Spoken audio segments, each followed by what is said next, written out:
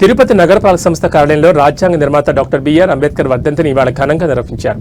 కార్యాలయంలో ఏర్పాటు చేసిన బిఆర్ అంబేద్కర్ చిత్రపటానికి commissioner N Maurya, deputy mayor Mudranarayana అధికారులు పుష్పాంజలి ఘటించి నివాళులర్పించారు. ఈ సందర్భంగా కమిషనర్ మాట్లాడుతూ భారత రాజ్యాంగ నిర్మాతగా, సంఘ సంస్కర్తగా ఆయన అందించిన సేవలు అజరామరమన్నారు. సామాజిక న్యాయం, సమానత్వం కోసం పాటుపడిన మహనీయుడు అంబేద్కర్ అని తెలిపారు. ఆయన రాజ్యాంగంలో పొందుపరిచిన అనేక చట్టాలు ప్రజలకు ఎంతో ఉపయోగకరంగా ఉన్నాయని తెలిపారు. అటువంటి మహనీయుడు చూపించిన దారిలో నడిచి సమాజ స్థాపనకు అందరూ కృషి చేయాలని పిలుపునిచ్చారు.